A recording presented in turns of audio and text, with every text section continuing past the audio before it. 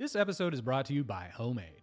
What is Homemade? Well, glad you asked. Homemade is a turnkey house flipping service we've built to solve the needs of aspiring flippers like you who want to get started in house flipping but want to do it with the backing of a professional and experienced team. We've designed Homemade so that our team will be with you through every step of the house flipping journey. Our team will deliver investment-grade properties straight to your inbox, Work with you to design your project to maximize ROI, oversee all the renovations, and handle all permitting requirements. and along the way, we'll hook you up with our vetted network of service providers to help finance, insure, and stage your property. Once the project is wrapped, we'll be with you arm in arm to execute your exit plan, whether that's through a sale as a flip or holding the property in your personal portfolio as either a long or short-term rental. At Homemade, we've taken the outdated and frustrating house flipping process and turned it into a seamless and rewarding experience so that novice and even seasoned flippers can have access to this investment class without having to delve too deep into the nitty-gritty everyday headaches that this business often entails. At Homemade, we do the heavy lifting for you. So if you've always wanted to flip a house, head on over to homemade.co to learn more about our platform and apply to work with us. That's homemade.co. Peace. This episode is brought to you by Homemade. What is Homemade? Well, glad you asked. Homemade is a turnkey house flipping service we've built to solve the needs of aspiring flippers like you who want to get started in house flipping but want to do it with the backing of a professional and experienced team. We've designed Homemade so that our team will be with you through every step of the house flipping journey. Our team will deliver investment-grade properties straight to your inbox, Work with you to design your project to maximize ROI, oversee all the renovations, and handle all permitting requirements. and along the way, we'll hook you up with our vetted network of service providers to help finance, insure, and stage your property. Once the project is wrapped, we'll be with you arm in arm to execute your exit plan, whether that's through a sale as a flip or holding the property in your personal portfolio as either a long or short-term rental. At Homemade, we've taken the outdated and frustrating house flipping process and turned it into a seamless and rewarding experience so that novice and even seasoned flippers can have access to this investment class without having to delve too deep into the nitty-gritty everyday headaches that this business often entails. At Homemade, we do the heavy lifting for you. So if you've always wanted to flip a house, head on over to homemade.co to learn more about our platform and apply to work with us. That's homemade.co. Peace. Hey, what is up, y'all? Welcome to the Austin Flipsters podcast. We are your hosts, Lincoln and Lauren. Together, we run the YouTube channel Austin Flipsters. We are taking you through before and after real estate transformations. Hey Flipsters, I'm Lauren. And I'm Lincoln, and we are happily married. But not to each other. Yeah, we're old friends from college, and we're flipping houses in the Austin, Texas area. And we're taking you along for the ride.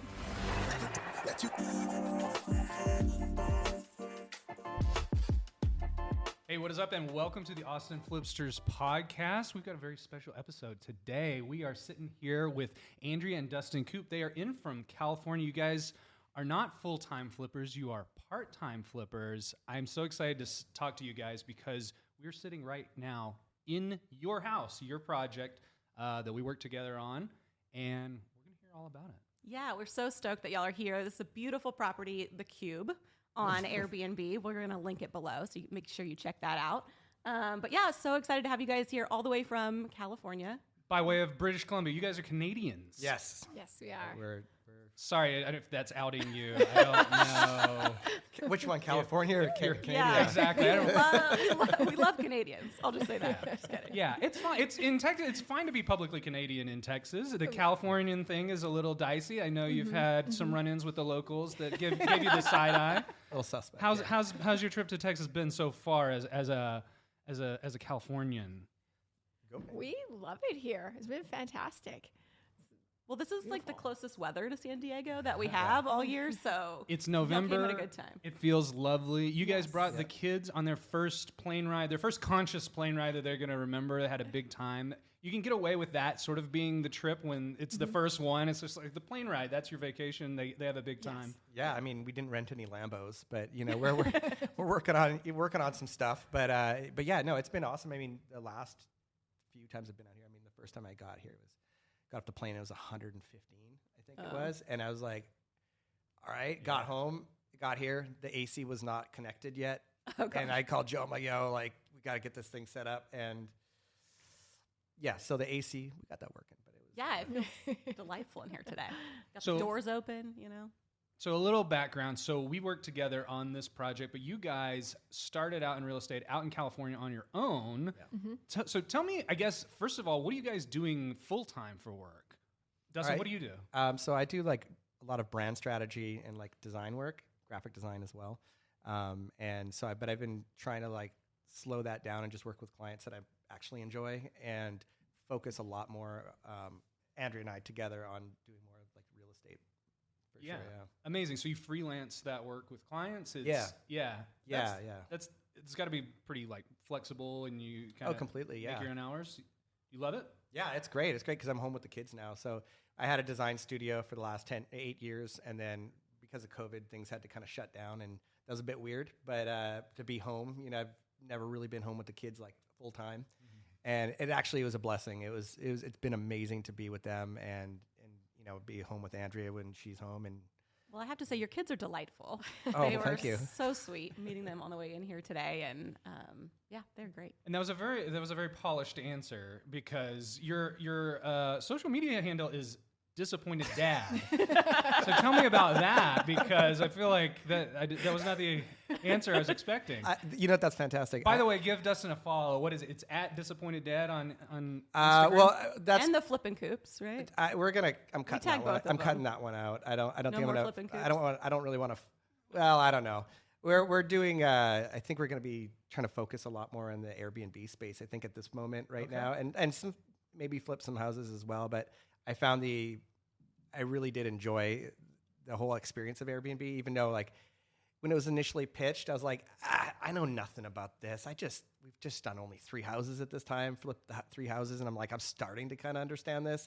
And Joe was like, nah, like you got this. Like it'd be easy. Like, Lincoln knows what's going on. And I was like, all right, if you guys can hold my hand a little bit, that'll be cool. And then, and so now we're kind of going to change things up a little bit with the Flip and Coops. Yeah, so I want to hear actually about your background too before we get into it, Andrea. You work as a nurse. Yes, I do. I work as a trauma intensive care unit nurse. Oh, wow. Yeah, so I get to see all the really fun, exciting kind of stuff. But I was talking earlier how it has a lot of parallels between renovation, because it's sort of like you get this disaster handed to you, and you just have to sort out, okay, the plumbing's not working. I mean, that Right, could be triage. in both. Yes, triage. What can we save? What's salvageable? And so I think I just love restoring things, whether that be people, whether that be houses. There's just so much satisfaction in that. I've never heard that comparison drawn before, but yeah, it makes a lot of sense. Fix them up, so stitch them up, they're good as new. So you guys started out on your own together, flipping in California, and had, I think, some adventures doing that. Like, talk to us about. How did you get into it in the first place? I think, I just wanted, in 2020, I was like, I'm going to read 20 books on financial literacy. So I picked up all these books, and in that, I was like learning a lot more about real estate. So then I kind of got obsessed with Bigger Pockets podcast. And I was like I'd be making dinner, and then we started having really extravagant dinners because I'd be listening to all the podcasts. And we have appetizer, dinner, and dessert. A lot of prep time, Yeah, a lot of time in there. And I was just like, I really think we need to take that step into real estate. That's going to be long-term sustainable wealth, like legacy wealth that we can pass on to our kids. And so we kind of took that route, and I was really nervous. And I was really nervous to San Diego's a very expensive place. Like, how do we start there? But they're kind of saying start in your neighborhood because you know the area. So we partnered up with a friend of ours that was a contractor, and we went out into a small little desert town, and we got this house that was a foreclosure, and that's where we started. And it had a swimming pool. We had no idea that would be a big project to take on, but we did, and it turned out great. And that was our very first project. I was about probably 3 hours away from where we were currently living. So we would go out there, and then we did a lot of the landscaping. We do some of the work ourselves, and some of the work would be done by the contractor that we hired. And so there was a friend that was your contractor? How was working with them? Are y'all still you friends? Still friends?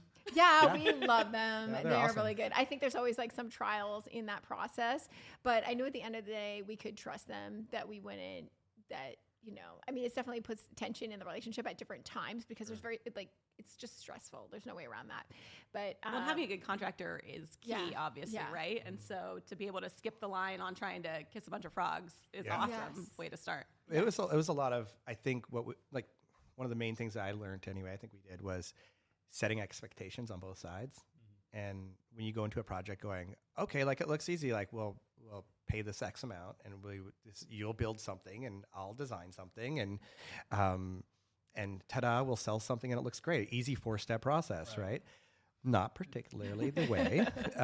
And there was never expectations because you go into it and you're like, oh, like this person's a professional with what they do. And so they should read my mind and vice versa. And I think once we started figuring that out, I was like, okay, I need to focus a little bit more on like be more specifics. And, you know, and then the second house you do is overcorrecting and you're way too specific about things. And people are like, hey, let me do my job. Right. Third house, Goldilocks, Yeah. right? So what was the biggest, like, I'd say, delta between your expectation on that first one and then the reality? Like, what surprised you the most about the reality of doing that project? Well, I mean, you can answer yours, but I would say it was definitely doubling the budget and doubling the time. And that was to nobody. I think it was just like there's Just a the lot. nature of the beast. It was just the nature of the beast. But Yes. I guess my question would be on that budget. Like, how did you even set an initial budget? Like, you took on the that's project? what I was getting on. Yes. So it was because we'd been watching your shows for a little bit, right? And we were like, oh, okay. Like I think I just watched your like $2,000 house video, and I was just like, that's wild. Like what? And then it's like we'd watched a few episodes, and I guess we kind of realized it was like, oh, that's cool. And you had like there was somewhere that said, hey, we're doing like Flipster in a box or something like that. And I was like, what's that? And I'd seen it like 4 times. You guys kind of talked about it. And I was like, And I think I just reached out. Yeah. And when I reached out, I think Joe had like responded. It was like his first week on the job kind of thing. And he's like, hey, man, and we had a really great conversation and we really flowed. And I just was like, I just was talking about the program, and I think that's what happened anyhow. And we watched it, and it was like right as we just bought the house, so we haven't done anything. And so we watched it, and I was like, oh my gosh. And Andrea's at this point had read and listened to probably 3,000 podcasts on Bigger Pockets. She's like, yeah, I know this stuff. And I was like, okay, cool. Well, I don't, and I don't care about real estate. And I'm like, this is something she wants to do. Right. And I'm like, if this is what you want to do, like, I know nothing about this, even though I come from like my parents, and my father still does it all, builds houses and all this stuff. And I'm like, I just want nothing to do with this. Yeah. Real estate's not my jam. I'm a creative, you know? And we got into the first episode. Sorry, not first. We got the first home, and we listened to what you guys had to say. And I was like, what you guys said to me as a beginner was just like very easy to kind of like ingest. And I was like, oh, okay, that's what I need to watch out for, and that's what I need to like not do. And I swear, you probably saved me like $50,000. Yeah, That was Like- in the course. that was in the your course. guys' Okay, course. okay. Yeah, they kind of walked us through. We'd put the kids to bed. Can we and put then that on the we'd put website? Yes. for real. How to save $50,000 Yeah, and exactly. watch We were this. we were undercharging on that course. It sounds Definitely like. were. Definitely were. Yeah, There's- so you guys took that course. Well, I'm glad that there was some value, because I think, Huge. I mean, to your point though, we put a lot of effort into making that course, but I think the impetus behind us starting Homemade was like there's just still a gap between like media and the reality of doing the projects, right? Completely. There's only, you can listen to 3,000 podcasts, right? But then until you're out there rolling up your sleeves and doing it, like there's always going to be a gap. Yeah. Well, and each project, even having done it for years and years, teaches you something new every single time, right? So you learn, like you're saying, on the first lessons on the first house, then you have completely different lessons on the second house, and on the 52nd house, you Yeah. learn something you didn't know. So, the nature of these houses is that they are like so bespoke and individual, and they're going to have, even you could take the same floor plan, the same house, and one owner maintained it for 30 years and the other didn't, and so the plumbing is going to be different even on the same layout. So it's you're always learning. Every You definitely time. have to have a growth mindset in this. Yes. Yeah, because even if I suppose if I went back watched it again, it's changed, it's fluctuated so much since it was recorded, right? Like some of the information, it's all really good, but like, even the 70% rule, right? Yeah. Like something like that is like, that'd be very difficult to like continue with right Achieve now. now. But if you Yeah. could do it, you're crushing. Totally. But it's the basics that were really helping me on a lot of this stuff. And there's some of those, even the 70% rule, I was like, what is that? And I was like, oh my gosh. And so I was like, that's cheat code right there, And it's just like all these things that I felt like I was able to crack. And I think it was at that point where I was like, oh, like this is where it pays to like pay for mentorship or pay for education, in the sense of like, I'm embarking on something completely new. And this is how I'm going to move ahead, is by either having mentorship or having some sort of education you can trust. And by having that, it allows you to move past other people because I'm gaining your knowledge of 10 years, 15 years. Totally cheating the line. And then we talk all the time about your first project is like tuition paid, right? Yeah. I mean, you could go get a degree and spend a lot of money, and then you still need to come out of that with a job, and you still have to learn it. And then whereas here you're kind of like learning on the fly while also hopefully not losing money but making money. And so you're able to kind of gain real world knowledge, so to speak, rather than, you know, the academic knowledge or the podcast knowledge, or, you know, you can ingest it all, but until you're out there making the decisions, it can be tricky. So you guys, so you started on your own projects. Well, you consumed a lot of media, ours included. Yes. Felt like you had enough knowledge to get started. You did, learned a lot out there in California. And then I want to get into this project because you guys were some of our first partner clients. We started out, the program was called Flipsters in a Box, and we've rebranded that to Homemade now. But you guys, you know, we were learning a lot about building the product to work with clients when we were working with you guys. You had a ton of patience, and we appreciate that as we ironed out the kinks in the product, and I think we had a great working relationship. But I'd love to get into how this project that we're sitting in today came to be, like the first time you saw it, and thoughts on the experience overall. But walk me through your experience of the first time seeing this project. Yeah, I mean, I think initially when we were part of your group, and we were like, okay, like we're ready. We know that you guys are offering this to people now, and so we kind of put our name in the hat. Sort of, I called Joe. I'm like, I want to be part of this somehow, and he's like, okay. So we started getting all that ironed out, and I don't know, 3-4 months kind of rolled by, and I was like, oh, I thought that, I didn't really know what to expect, and then he's like, hey man, I got this house. Like, cause I think we wanted to do this. Because y'all were in the middle of a project, right? You had just kicked off one in California. Yes. And it so was the timing a big was a little one. bit off. I remember we were waiting for y'all to wrap that one to be able to do something here. So yeah, it was, so we had to propose this, or sorry, there was another house that we saw what you guys had. We're like, oh, that'd be a really cool one. Let's just jump on that. Like, because we know that we trust you guys, and you're smiley people on TV. I think that you guys are trustworthy, right? And but no, I mean, at that point, it'd been nearly probably a year I'd been talking with Joe, just randomly here and there, and he's like, yeah, I went to another, like some other people got it, and I was like, oh, bummer, whatever, that's cool. He's like, I got something better though. I got something that's like, I know what you want, and I got something unique.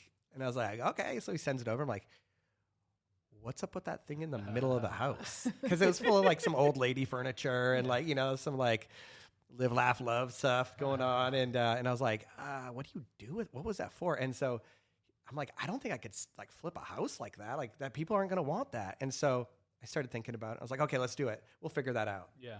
And I think my initial vision that really got me sparked on with this place was like, I want to do, and at that point we were like financially well on a couple houses, and I was like, okay, like I'd like to invest in like put 4 big sheets of glass right here. Yeah. So that's why we initially wanted to call it the Cube. Was like, it's gonna have 4 sheets of glass. We'll take out these walls and see if we can structurally do this. I'll put like whatever, like put money into this just as a branding side of things, right? Differentiate from other people. Yeah. And things couldn't work out necessarily, I think, structurally, and there's a few things. Yeah. But we did get some glass in there. Yeah, Yes, I we think did. it looks great. So we're sitting in the house. It's the central feature of this house is this atrium courtyard that is a cube. So it's got this 4-sided glass. I think we can put a shot of it in here.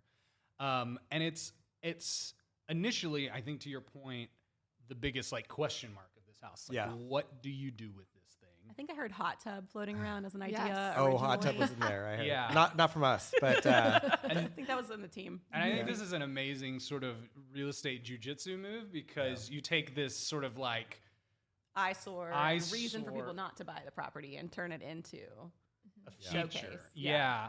And so what we did is we did swap out these windows. So originally there were 3 panes on each side, and so we kind of met in the middle. Yeah. Like your original vision was to do this fully glass structural, which was really expensive. I think we priced that out at like 20 or it was like 20 to 30 grand. Yeah. Yeah, it was really expensive. I mean, it would have been amazing, and then structurally it was really hard to accomplish. I want to talk about the feature in the middle of this giant cactus that you and Joe found when you were in town with him, because it's an amazing story. Actually, I would love to bring Joe in to get his insight on this, because I know he had some thoughts. Yeah, Joe, do you want to hop on? Come on. Yeah, let's kick this woman out of here. Get out of here. You're boring. Let's get out of here. And for context, Joe is one of our co-founders of Homemade. He is head of client relations for us. So he is the go-to guy that all of our clients get to work with day to day at Homemade. And one in a million. We're lucky to have him today and always. So yeah, welcome, Joe. First time on the pod, right? Thanks for having me. Slow clap. Thanks, y'all, for having me. Golf clap right now. Just the guy who gets to spoil everyone with Round Rock Donuts. So okay, I'm curious. TLDR. Yeah, exactly. Joe knows where all the good stuff is. So I was curious. Dustin said that he had his heart set on another project that went to somebody else. Do you remember which one that was? I think it might have been Sweetwater, potentially. Okay. And Randy, I think we closed on Sweetwater. And Randy was just in town last week. We could have had a brawl or something. Fighting words. Trade your houses. Took my vibe, bro. Yeah. Well, so we had closed on both of those in September of last year. And Sweetwater wasn't as creative of a canvas as I would say Coolberry it's like is. you waited for your perfect match. I mean, this is like Joe knew. showcase of your creative talents. I was yelling at Joe all the time. So when we originally we found this project and we put it out to say, hey, Dustin, do you want to take this? Our original vision for this house, what we pitched to you, was a little bit different. We pitched because the house is built in the 70s, we pitched this like retro modern 70s vibe with a lot of hot tub. This is where the hot tub, I think. Hot tub. I think it was a lot of like, Dude, right? makes me think of like Houston Astros colors, the like orange and yellow Yeah. and red kind of vibes. I think which would have been a vibe, and you wanted to go a totally different direction. You wanted to go this like modern, Japan-y, organic kind of vibe. Like, tell me about that, because it turned out amazing. But thanks. It was not what we originally pitched. So like, tell me about your like how'd you come up with this? Well, I wanted something that felt like when you walked in the door that you're like not staying in a mechanical Airbnb, something that was stiff and you're like, oh, this is cheap material, or like, they did their best. You know, I wanted something that like where we could, because I wanted to have like mixture of like wood tones that were like natural, like kind of like white oak and just kind of like a warmer feel, basically. Like, could I spend Christmas here? Like, that's the question I always ask myself. Like, would I be good with Christmas Day here? Would I be good with my kids around here? Like, in terms of like, how do I use this space? And coming from, this might sound a little weird, but it's sort of on the same as what Andrea is talking about with her relating to nursing, to like how she's a RN to being in this space, is as a designer, I look at like, because I would do a lot of web design as well, and you have to understand how people use your website in order to like convert to sales. Mm-hmm. And so I look at like, okay, what's the user experience? And so I take that around here and I go, okay, like when I walk to this house, what's the first thing somebody sees? What's the first thing that somebody touches? And so that's just like web design as well, where it's like, if somebody doesn't go over here, then I'm losing sales or I'm losing interest. And so I wanted to be like, okay, when you open the door, how does that feel? It feels great. You know, it's Spoiler like, alert. what's the door look like? And then when you open the door, what does it open to? Well, you open to a big piece of glass with a cactus in the middle of it. And you're like, oh, and sometimes, you know, because we have the Ring doorbell, this might be too much, but sometimes I'm like, oh, I want to make sure people got in. Like, I don't want to be like the Ring start glowing, and they're like, he's watching, you know. Yeah, right. I got to figure out a way to turn that off. But I watch after they've entered, and I almost every time I hear people go, they open the door, okay, cool. They open the door, and they go, wow, or they go like, oh, this is nice, you know. So it's a good feeling. So you kind of hear that first perspective. I don't know what the second foot in the door says. Oh, this is garbage. You don't have any nanny cams in the bedroom. No, to make it creepy. no. Here's the thing. I don't even like watching any of these videos because it's like I get like anxiety. Like if I'm like, you know, a busload of basketball players, 50 of them show up. I'm like, it said 8 people. You know, I'm like, look, man, like we'll figure it out later. And at first it's really exciting because you're like, oh, I got the camera set up. I want to make sure everything's clean for them. Like the gardeners come or whatever. Like I don't care like about don't want to see people. I'd rather talk to them on the phone and have a good conversation there. But yeah, so pretty cool that you designed all of this virtually too. I think that's one of the features of the whole experience. It's a really limited window to underwrite and sort of say yes or no to these types of projects and opportunities. And yeah, that's a good point. What was your first thought when you first saw the house in person? Because you had to commit to it remotely. Well, in person, I didn't see it till it was finished. But I showed up and I was like, ta-da, like it was empty. And I had about $30,000 in packages sitting on the front door. But I hope the Ring camera was working. No, that wasn't even hooked up yet. Like it was like the sketchy one that was nailed to a tree. That was one of the packages. Yeah. But I think like virtually doing this, it was a lot of my end of like looking at, you guys provided a really awesome, what's that 3D walkthrough? Render, yeah. Yeah, not even the render. It's the like Matterport. Matterport, yeah. So I kind of tried to hack it because I had no measurements for anything. So I just did the top view and then I do the measuring tool. I'm like, this is probably not even correct, but it's close enough. It's pretty good. Yeah, and it's pretty close. It was bang on actually. And I ordered everything with my fingers crossed, and I had ordered duplicates of so many things. Like if you go in the garage, there's about 8 rugs in a plastic bag. I did not return. So don't tell people people are going to stay here just to swipe your rugs. Hey man, I got codes on my doors. So yeah. So we originally the plan was to flip this, and we kind of talked you into keeping it as an Airbnb, or we negotiated that jointly. I think you'd never done one before, so you were a little like, is this something I can pull off? Like, tell me about now you have a new life path, it sounds like. So oh my gosh, no. Tell me more about how we changed your life. Yeah. Let's do that. Let's talk about that. No, honestly, it did, because I had no interest in Airbnb, just as I had initially had no interest in real estate stuff and flipping. But every time I do something, you start stacking like new talents and you start mastering you get little wins here and there, right? And you get a lot of losses. But at the end of the day, it was like, I got into this and was like, oh, like I don't have to design this to sell to somebody else. Yeah. I'm going to, and I felt like I was like, I want to keep this comfortable. I'm not going to go off and do something crazy in this house as of yet, because I just want to see how this goes and make it for anybody. Yeah. And yeah, I don't know. I mean, it's like, kind of forgot the question a little bit. No. Well, I'm curious, like, what... I'm like a goldfish. Like, my brain is and I'm curious, like, what your experience has been on Airbnb, because I know that you said, kind of your thesis was, okay, take this cube, right, and make it your marketing, your branding piece. Do you feel like that has set you apart in the listings? Do you feel like you're getting more business than sort of the average houses around here? Are you able to tell that, or kind of what's been... people's response when they walk in is like amazing, but do they appreciate that from the listing photos, or they don't really realize it till they're here? I think there's some people that go, oh, the photo's great. And I think a lot, because it seems like now a lot of people are booking last minute, like it seems, right? Where it's like you're getting a week before, you're getting a couple days before or day of. And so a lot of times I'm sort of... Is anyone going to book today? Do we need to... Not today. No, I got it booked out. But we're already booked out almost half the month for this month, somewhat, besides us taking a few days up. But it's been very interesting, because a lot of people go, yeah, that looks great. And then they've told me later, or like they've left reviews, and they're just like, oh, like even on the phone calls, they've been like, wow, like this was like way nicer than I thought it would be. Yeah. And they're like, the photos look great. It's exactly how it looks. It's just like when you walk in, the experience. And I was like, and so... Well, that may work to your favor on reviews and stuff. Like they don't have these super high expectations, so then they're kind of like really excited to leave a positive review.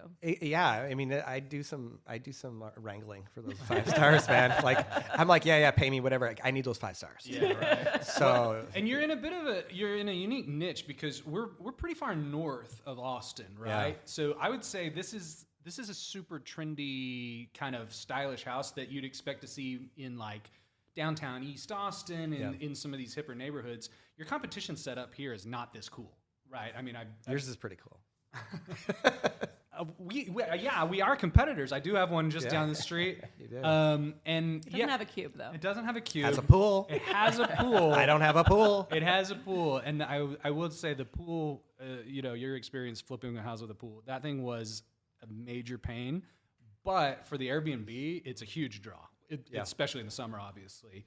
But I think having sort of an over the top listing has got to help you out to be that difference maker, like you say, for somebody last minute, or if they're trying to that's how I choose. Book. Like our Airbnbs, I will not stay in somewhere lame. Like I want the experience of like somewhere cool and having the vibe and When the rest of your life is so lame, you just totally. have to have some vacation. excitement. I need the You get it from your Airbnb stays. Yeah, my environment impacts me, And we work together. So I think one of your, I don't want to put words in your mouth, but I think one of your initial hesitations was around like the setup and actually getting the operations of this thing going. Yeah. And we've been operating, our own Airbnbs and figured out a lot of that stuff. But walk me through your thought process on that and how setting that up was for you. Look, if I lived locally, fine, right? I could store it in my garage, do all this stuff. But when you're like, we're starting to get to that, and I didn't realize that might be a problem. I just wasn't thinking that far forward. Yep. I was like, oh, I got a garage, like whatever. And then Joe was like, all right, so we're setting up dates of like, okay, because we're going to need to do setup and all this stuff. And I think I didn't really quite understand where we were going with things. And I think maybe I was like starting to order stuff, and he's like, "Yo, I think we're doing that." And I was like, "Oh, like I ordered like 2/3 of it already." And he's like, "Oh, like usually we would just set it up and we get it good for you." And I was just like, "Yeah, no, like I'll be ordering the stuff, And so he's like, "Okay, cool, like no problem." And I didn't realize that was like, it wasn't like I guess I hadn't clarified these things. I'm so glad you did. I mean, it brought the design of kind of what we had worked on the remodel full circle when it was time to furnish. And lots of these small accent pieces like the cactus or the cacti. Yeah, okay, so we brought you on for the cactus story. Let's hear this. I just picked it up and put it in the center. That's really the whole Well, story. How do you pick up a cactus? Where do I you should get probably- a giant cactus? All right. Yeah. This was one of the best text messages I've ever received from Dustin. It's Saturday around maybe 4:30, and I get a text. Yo, I found a guy who sells cactuses on Cactus Facebook, dealer. cacti on Facebook Marketplace. I need you to meet me in South Austin in an hour. I was like, I'll be there. Yeah. And Say no more. he straight out. This is the guy. Okay, like this is the man. 100%. Like he is there. I'm Hysterical. like, hey man, and he's always there for whatever I need. Like even after all this stuff. So it's a good thing I became friends with the guy. And How did you find the cactus dealer? so I was at home one day, and I'm like, I don't know. Like I can get cactuses like easy where I live. All day. And I figured People Go dig 'em up. out in California, man. Spoiled. They're it's spoiled. just cactus everywhere, man. It's so permissive. I was gonna you go to the side of the road, like you start driving out a little bit, and Oh, yeah. and you just dig those things up. And Yeah, it's all over the side of the road in California. This is all theoretical. Where this is just. Okay. but I did, however, I was like, I can't find anybody, and I'm calling every place. Cactus is probably from California, actually. It is actually. No, it is. Because like I found this guy on Craigslist, or it was like Facebook Marketplace, and it was like advertising. I'm like, oh sweet. I'm like, he's in Austin, cool. And I'm like, hey, I'm coming out. Like, you got some stuff? He's like, yeah, you just hit me up when I get that. I was like, all right. I come out here. I'm like, hey, I'm here. He's like, all right, come at this time. So it felt a bit like a drug deal. And so I'm driving, and I start going down dirt roads. And I'm like, I don't know where in Austin I'm at. Passing by some, like, interesting. I get there, and I'm like, ring the doorbell, some weird side house. And I was like, okay. And the lady's like, yeah, that's my roommate. I don't know where he's delivering cactus. He's delivering some stuff right now. And I was like, when's he going to be back? No clue. Can you call him? Sure. And it is 110 at this point. And so she shuts the door. 10 minutes go by, and I'm just like tripping. And I'm just like, this sucks. And she comes in the door. She's like, just go in the backyard. And I was like, for what? Is he there? No, he said he'll Just meet take you. one? No, so I go back there, and it's beautiful. It's got to be like a half acre, maybe more, and it's filled with these like these greenhouses that he's built. And I was like, okay, I'm like, what's preventing me from stealing this stuff? Like this girl living here isn't gonna stop me. I mean, I'd never steal anything, and I texted Don't him like, admit it on a podcast. yeah. Well, I texted the guy, and I was like, hey, like, are you gonna be by soon? He's like, yeah. I'll be there. I'm like, don't people steal stuff if you let them back here? He's like, no, I'm watching you right now. I was like, what? He had Yeah. his Ring camera. No self-respecting cactus dealer doesn't have eyes on the product at all times. And that's what I told him. I was like, him and his girlfriend came. They're really awesome. And they're just like, I've never met anybody that like grows such beautiful, like just gorgeous stuff he's growing. And he's probably like 21. And I'm like, I knew people who like grew weed growing up, like full farms from British Columbia, like all this stuff. I'm like, you're growing some other stuff that's like way cooler, you know? And the guy didn't know what I was talking about. But so I was trying to throw some jokes in there. But we got it, and I threw it into like our U-Haul like rental van, and I filled this thing up. Like it was filled with all these cacti. And I sent him that text. I'm like, I can't carry these. They're sharp. And so we got pillows. The guy gave me all these pillows in plastic. He's like, you just stick some pillows around it and you just carry. You'll get poked. And I was like, he's like, look at my arms. I'm like, you look like a heroin addict. And so we get in the back. We drive here, and he meets me and he's like, what you got? We open the back, and I was like, poof. And I'm like, so we got to kind of pull these out, and like, there's dirt everywhere. There's like 12 inches of dirt throughout this whole thing.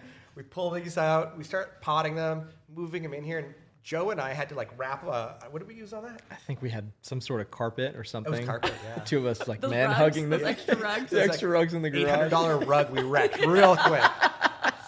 But yeah, we just carried it in there, and it was a lot of fun. It was good, and we filled this whole room full of cacti, and then we realized the next morning that was a bad move. We should probably just put one in there, more like a museum Statement piece. What'd you do with all the others? They're around the house. Oh, It's I like thought two in the you're front, dealing some them? in the back. Like, Yeah. Yeah.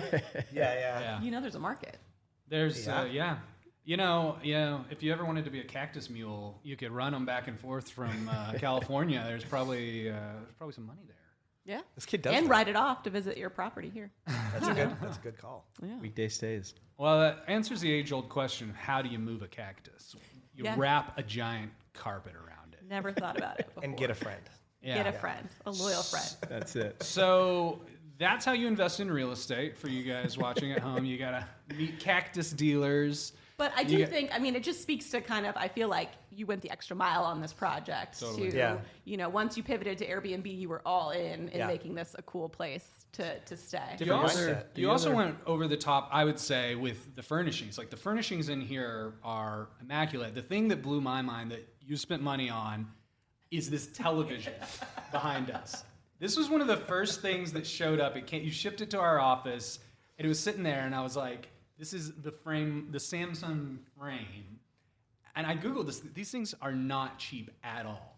They're so expensive, and I was like, TVs are free now. Yes, they're they're free fees. they're just $200 for a massive TV. I was like, why are you spending money on this TV? But once I saw it in person, I'd never seen one in person. Yeah. It looks. He was influenced. I He was like, I think I'm influenced. going to get one of these. I showed my wife. She's like, we're not getting that. We don't need one of those. I was like, yeah, but you haven't seen it in person. What was the thought here? Because this is not something I would have spent money on, and I'm 100% glad that you did, because it's like the statement piece in this living room, in my opinion.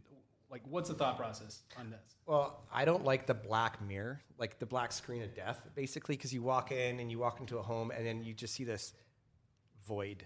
It's like nothing's going on. And so when you turn this television off, it's matte, like it's hard to explain. It looks without like a seeing painting. Yeah. It does, and it's like, because there's like 1% reflection, if that, and Right. so you can go at any angle and it looks pretty good. Yeah. And I just was like, I hate TVs. They wreck any decor. So I was like, Right. okay, like if I'm putting effort and energy into the rest of the home and I just slap that up, I got a big TV in the other room. It's fine. But I think as a piece where it's like, I want to promote more like conversation, and there's a TV there, and I've had It's a people. heck of a podcast backdrop. Yeah.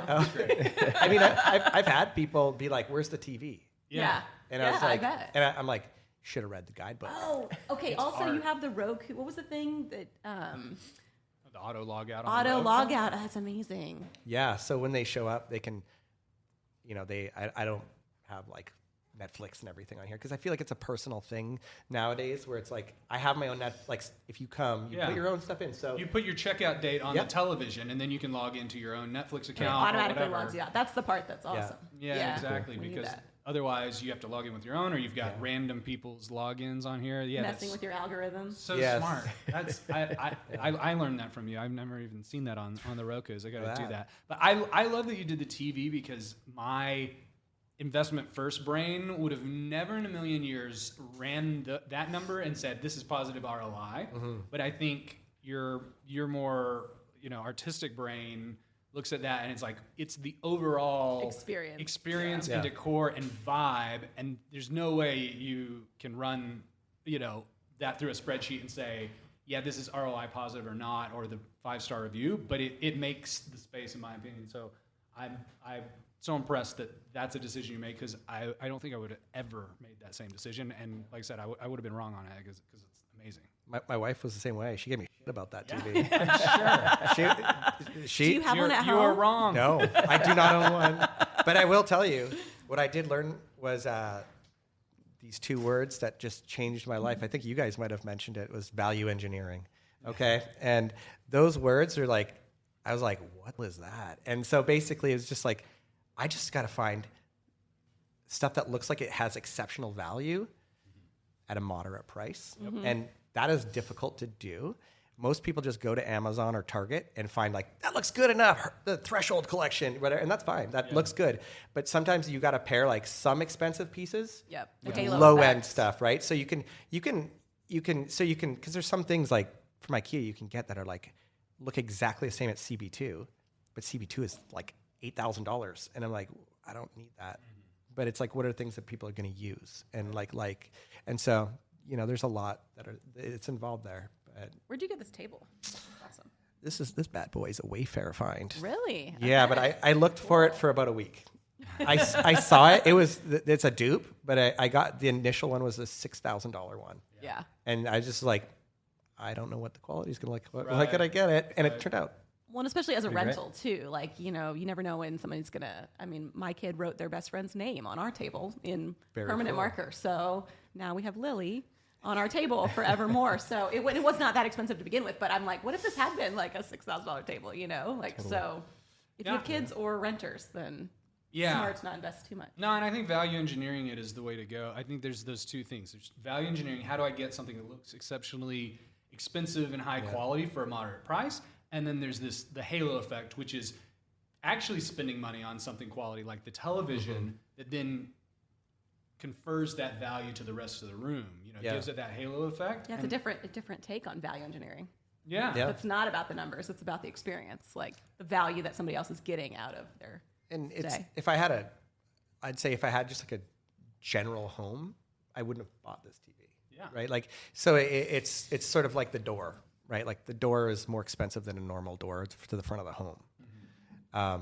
It's countertops. Countertops. Nice. Yeah. That was I wasn't sure what they were going to look like, but Jake was like, I think, and Joe were like, no, they're sick. They look good.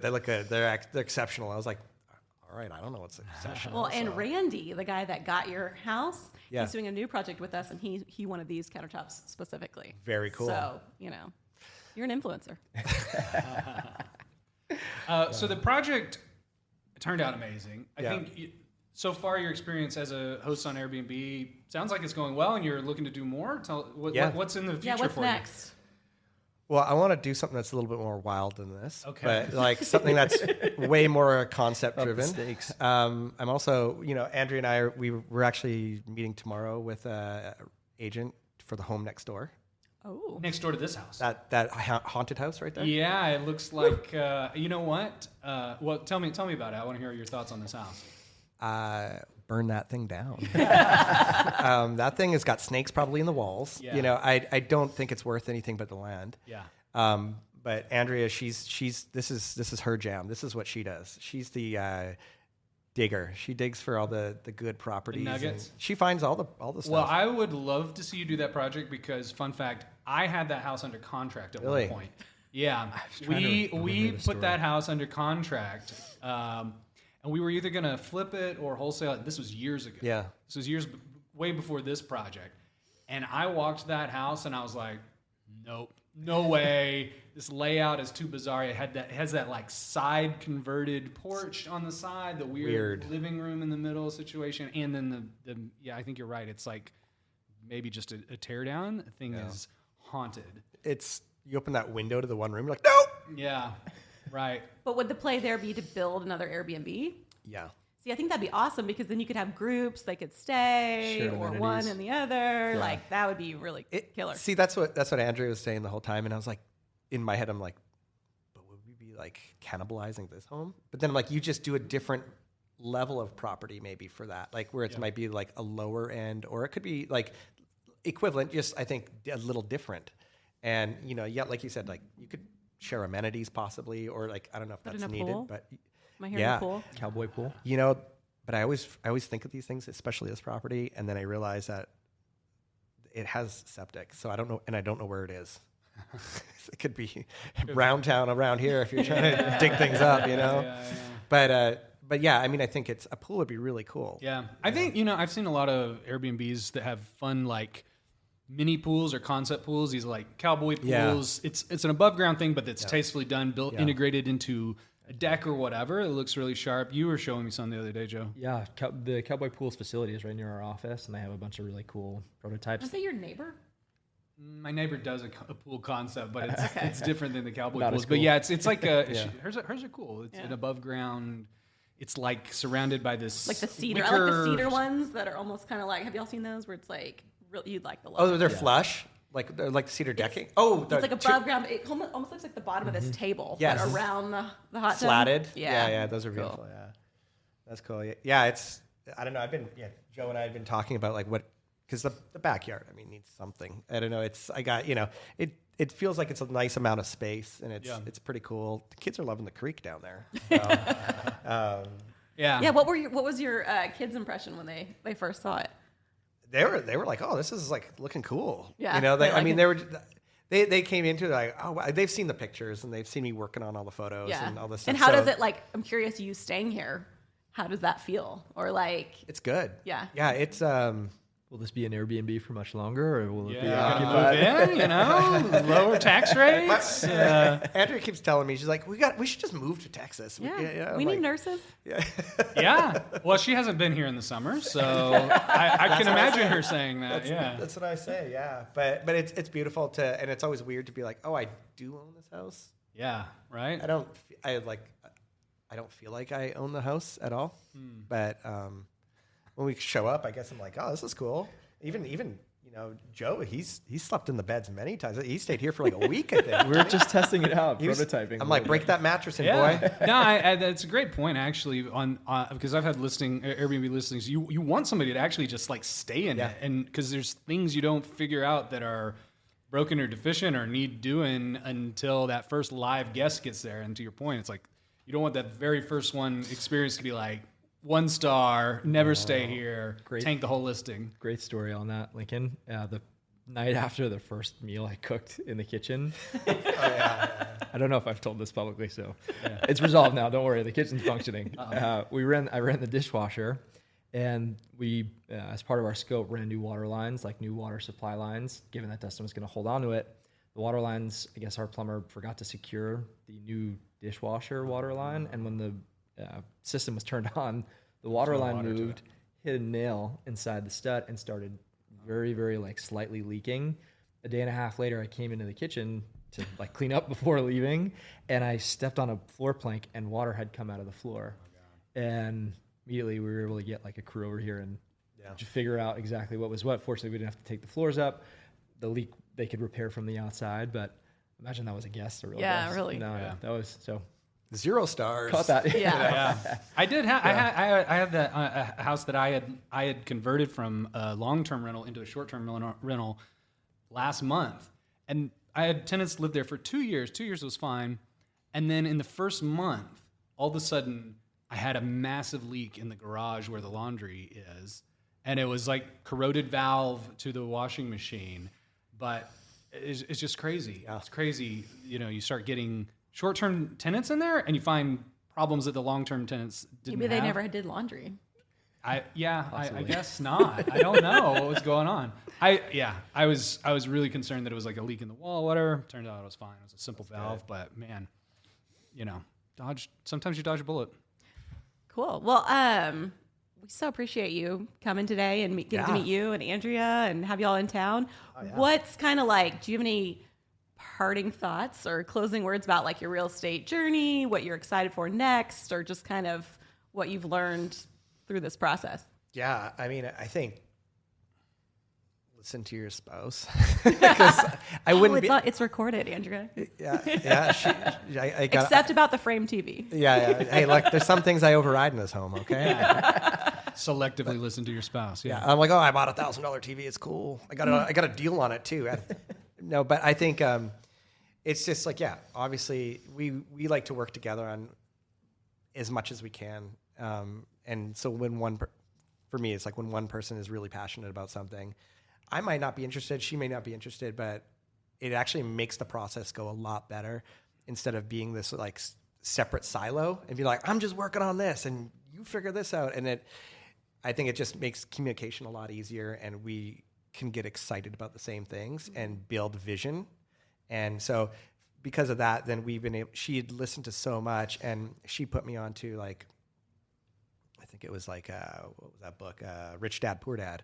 And that blew my mind away. Like this is like a little bit before we start, right as we started. And I was like, oh, I should probably be doing this because just making money.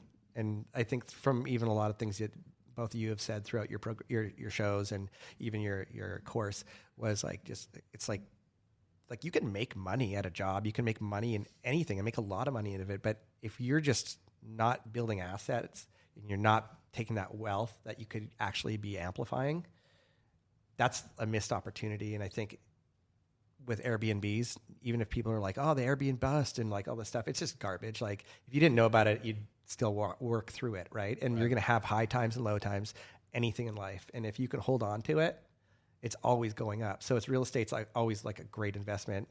Now, there's some places that aren't, but as a general thought, right? Just understanding it. Yeah, and over a long time horizon too is the other thing.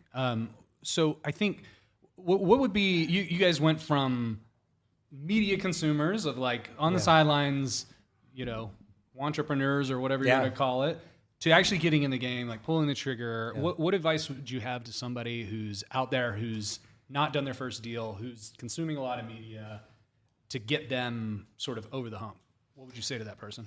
It's one of those things where you have to take action at some point. And I think I'm guilty of doing too much research and not enough action taking. Like paralysis by analysis. Yeah, you're like, I don't have enough information. And at some point, you just have to go, I have enough information and understand how to get with somebody, find a mentor, find somebody that can help hold your hand through the beginning process, because it's very, very difficult not to have somebody who can show you how to do that, or even support you in that way of being like, like not just encouragement, but showing you like, here's different ways to do creative financing if you don't have money, or there's so many different ways to get into this that it's unreasonable, in my opinion, not to be doing it.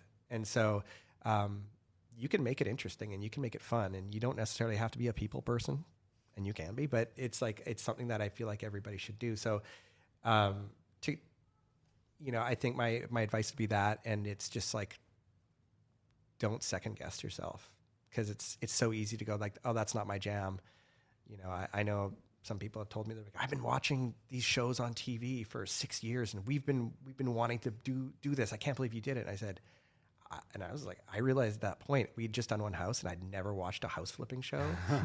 And I was like, I'd watched kind of your stuff by an accident. Yeah. Like, I don't know why. And so anyway, it was just like, most people watch our stuff by accident. Yeah. I wasn't even looking at like house flipping stuff at that point. It came up and I was like, oh, it does look cool. I was like, bought a house for $5,000. That's what I saw. I'm like, BS. Piper video. And I watched it. I was like, oh, legit. But and then I kept watching your stuff and I kept learning. So it's like, you can learn for free on YouTube. It's mixed messages from different people, but there's so much to learn. So I don't know. It's very simple. Just get good people around you that can support you and pay for that.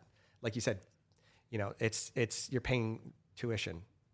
And if you look at it from that perspective, that you could pay $100,000 to go to school for 4 years and waste 4 years and we'd come out and realize nobody cares, and you'd have a piece of paper, or you could go, I'm going to put $20,000 behind a program, or $8,000 or whatever it is, and I'm going to get way more information, get help, and then I'm going to be into a piece of property. Once you get into one, then easier to get into two, and it just starts moving. I mean, you guys have been doing this for, how long have you been doing this for? 10 years?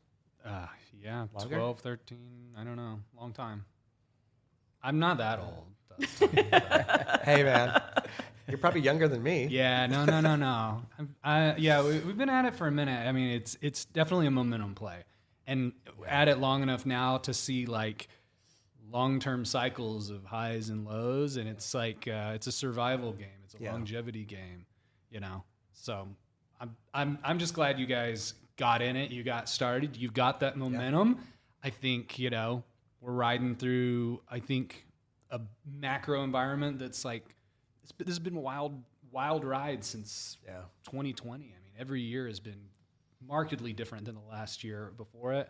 Who knows what's coming ahead of us, but I think you guys are in such a amazing place, and I wish that place were Texas, though.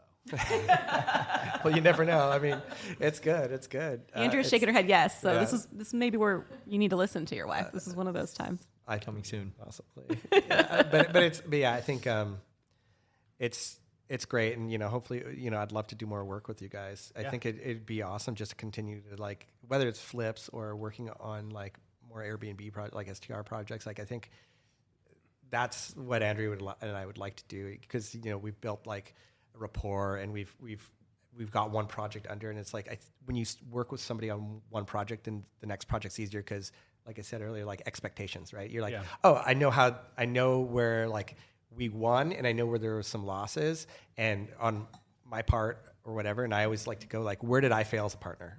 Is what I always want to know. Don't know if we're going to be moving cactuses next time around, but he will be. Joe's always down. Birthday presents and whatnot. I'll just get my birthday and Christmas present. Well, this has been amazing. Dustin, if you guys are new here, Dustin originally took our House Flipping for Beginners course. If you guys want to check that out, we have a link in the description. Also, if you would like to work with us like we did with Dustin, find a project that we can work with you from A to Z to turn it into an Airbnb or a flip or whatever works for you, check out the link below and check out homemade.co for more information. If you're going to be in North Austin and you want to stay in an immaculate coolest place Airbnb in North Austin, by far. We're going to link in the description to the listing for this Airbnb. Hope it's not booked up by the time you go there, but you should treat yourself because you really got to see this place in person to believe it. This TV is worth the price of admission. And the cactus, just if you break it, you buy it. So look but don't touch on the cactus if you stay here. Dustin, if people want to follow you on Instagram, where should people follow you? You can go, it's at thecube.tx. That's for this listing. For this particular listing. So if you want to follow this listing at thecube ATX on Instagram, or link in description. Yeah. Dustin, this has been amazing having you on. Thanks for flying your whole family out from California to do this. Joe, thanks for sitting in with us. Big shout out to Andrea for being on the podcast as well. Make sure you guys like and subscribe to the Awesome Flipsters podcast, wherever you get your podcasts, or on YouTube. Thank you guys for watching, and we will see you on the next episode of the Awesome Flipsters podcast. Peace. Peace.